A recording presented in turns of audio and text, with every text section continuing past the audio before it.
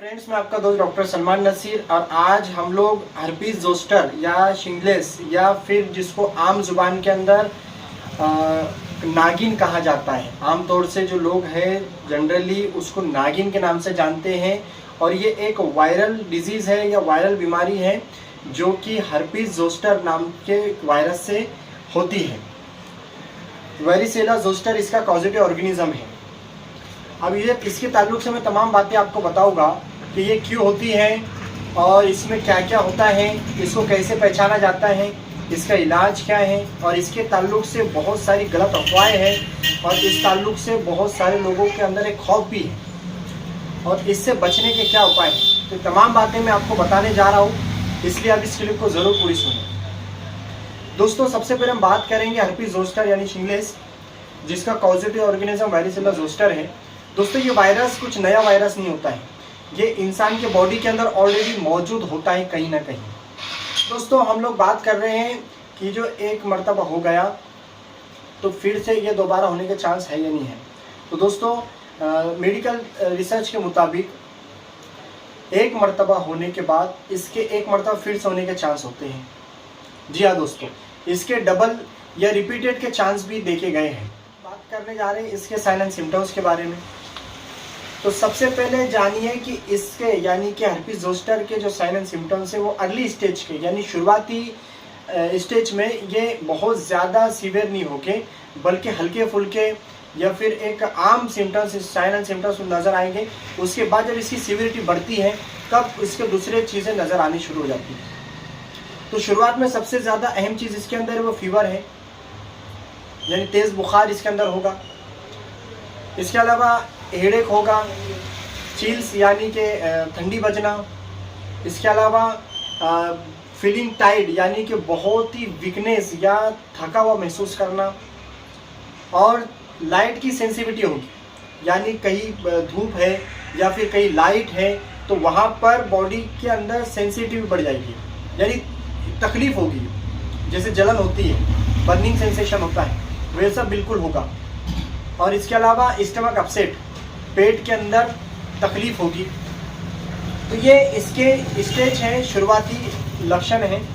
अब जब ये सीवियर हो जाता है तो इसके अंदर इचिंग, जब ये सीवियर हो जाए तो इसके अंदर इचिंग और इसके अलावा टिंगिंग एंड बर्निंग, जैसे मैंने आपको बताया कि जलन होती है। कहाँ पर? स्किन के अलग अलग हिस्से के अंदर। अब दोस्तों, इसमें मैं आपको बता दूं, डायग्नोज के ताल्लुक से खास हिंट्स आपको बता दूं। देखिए, याद रखिए, ये जो वायरस है हर्पीस, इसके दो टाइप है, एक सिंपलेक्स और एक है जोस्टर। तो सिंपलेक्स कॉमनली इसके और दो टाइप बनते हैं, HSV1 और HSV2।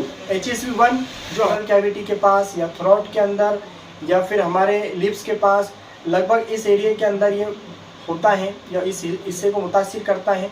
और HSV2 सिंपलेक्स का जो दूसरा टाइप है ये जेनिटल ऑर्गन्स के अंदर होता है और ये STD के अंदर यानी कि सेक्सुअल ट्रांसमिट डिजीज़ के अंदर इसका शुमार होता है। अब ये थे हर्पीस सिंपलेक्स के बारे में।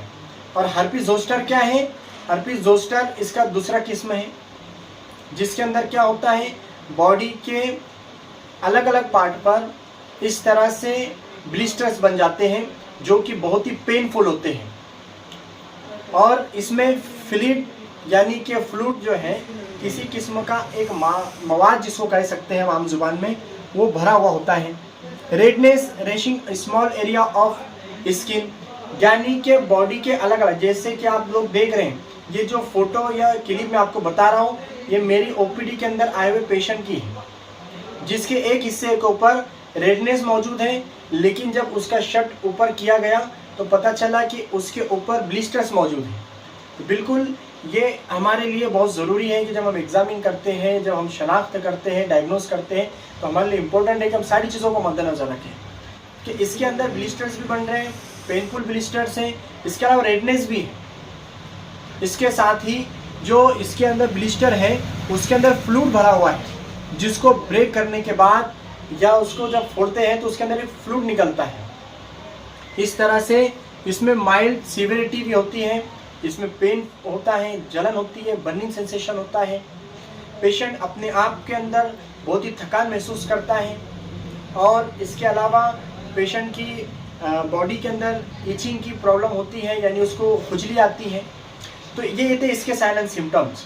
अब मैं इसके ताल्लुक से एक अहम बात आपको बताने जा रहा हूँ कि जैसे कि मैंने शुरुआत में बताया कि ये बीमारी यानी कि इसके जो वायरस है, जब बचपन में एक मरतबा चिकन पॉक्स हो गया था, उसके बाद ये वायरस बॉडी के अंदर ही कहीं ना कहीं, खासकर नर्वस सिस्टम का एक सहारा लेता है, कहीं ना कहीं किसी नर्व के अंदर कुछ दिनों तक इसकी प्रॉब्लम रहती है, जिसको न्यूरल्जिया कहते हैं, post neuralgia of herpes zoster.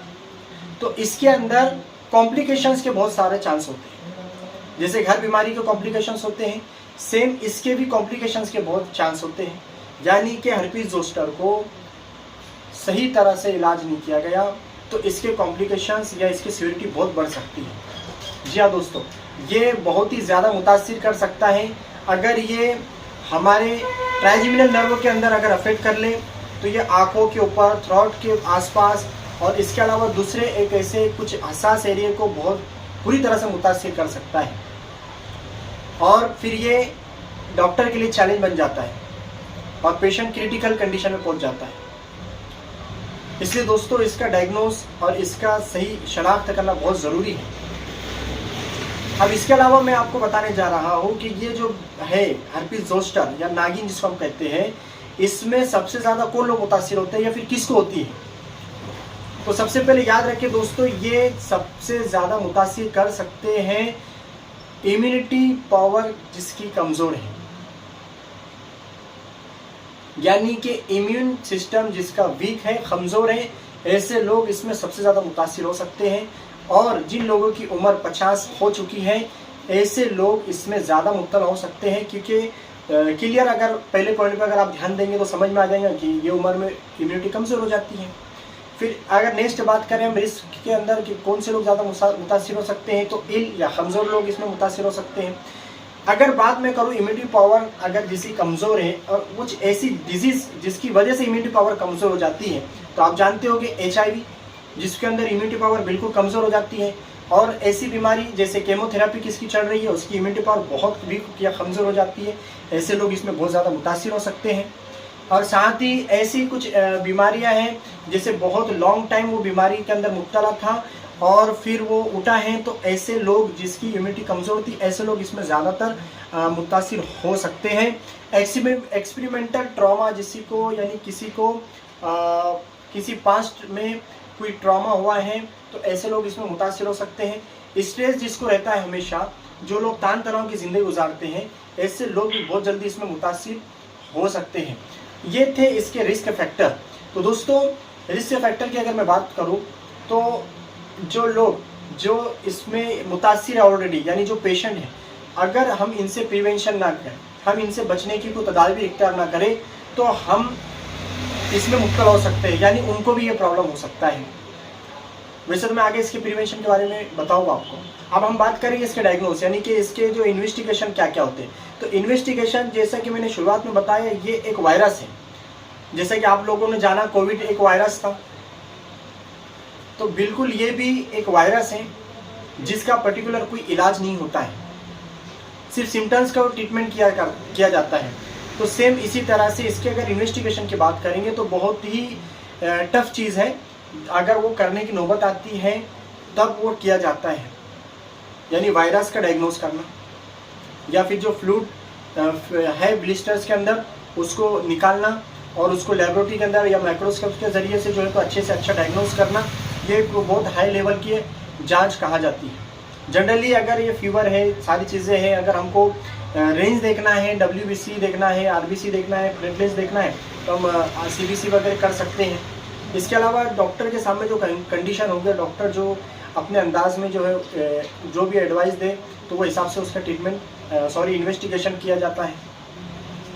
और जो डॉक्टर होता है सबसे ज़्यादा वो क्लिनिक पे, यानी क्लिनिकल जो डायग्नोस होता है उस पर फोकस करता है।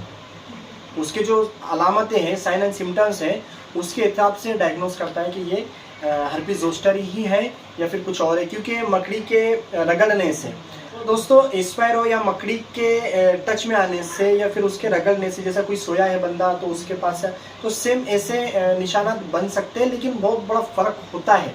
तो कभी भी डिफरेंशियल डायग्नोस बहुत इंपॉर्टेंट चीज़ है दोस्तों, इसलिए डॉक्टर की मैं हमेशा कहता रहता हूँ कि डॉक्टर की सलाह ले, डॉक्टर से मशवरा ले, डॉक्टर को बताए।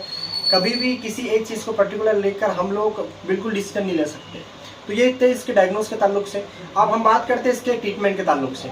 तो दोस्तों जैसा कि मैंने आपको शुरुआत में बताया, इसका जो ट्रीटमेंट है वो ये वायरस है, वायरल डिजीज़ है, वायरस की वजह से होने वाली प्रॉब्लम है, इसलिए इसका पर्टिकुलर कोई ऐसा इलाज नहीं होता है। लेकिन डॉक्टर जो करते हैं वो अपने एक्सपीरियंस के हिसाब से करते हैं, उनकी सिचुएशन के हिसाब से करते हैं और उनके हिकमत के हिसाब से करते हैं।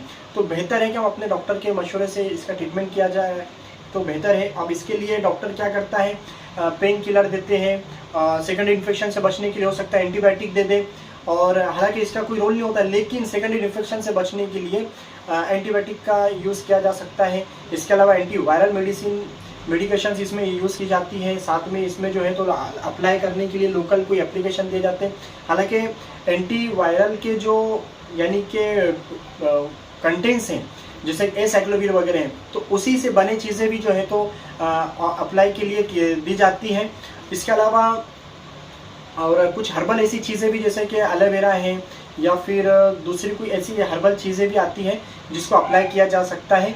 और इसके अलावा प्रिवेंशन की अगर हम बात करेंगे तो इसका जो प्रिवेंशन है तो बेहतर यही है कि हम इसको समझें कि किस तरह फैल रहा है। तो दोस्तों ये गलतफहमी है कि किसी के ज़ेर इस्तेमाल चीज़ें इसका अगर हम यूज़ करते हैं तो उससे फैल सकती कि नहीं। किसी के रुमाल से, किसी के कपड़े से, किसी के ज़ेर इस्तेमाल चीज़ों से ये नहीं फैलता, बल्कि स्किन टू स्किन जब कांटेक्ट होगा तभी ये फैलता है। तो बहुत ही ज़्यादा एहतियात करने की ज़रूरत है। तो ऐसे वक्त के अंदर ये स्किन टू स्किन अगर कांटेक्ट होता है जिस तरह से भी हो तो उसके ज़रिए ये फैलता है। इसका फैलने का ज़रिया डायरेक्ट वही हो सकता है और ये वायरल है। अगर फैलने का इसका कोई ज़रिया बन जाए तो फिर किसी तरह से फैल सकता है, लेकिन इसके लिए हमको प्रिवेंशन लेना बहुत ज़रूरी है। तो दोस्तों ये थी इस यानी कि हर्पीस जोस्टर या नागिन या शिंगलेस, तो इसके ताल्लुक से अहम जानकारी। तो आई होप कि आपको कुछ बातें ज़रूर समझ में आई होगी। अगर आपको कुछ बातें समझ में नहीं आई, आप कुछ जहन में आपके सवालात आ रहे हैं तो आप बिल्कुल कमेंट कीजिए, मैं उसका जवाब आपको ज़रूर दूंगा। और अगर आपको क्लिप पसंद आई है तो प्लीज़ इसको लाइक कीजिए और हमारा जो चैनल है उसको सब्सक्राइब कीजिए और इस क्लिप को आप शेयर कीजिए ताकि बहुत सारे लोगों को इस ताल्लुक से अहम जानकारी हासिल हो जाए।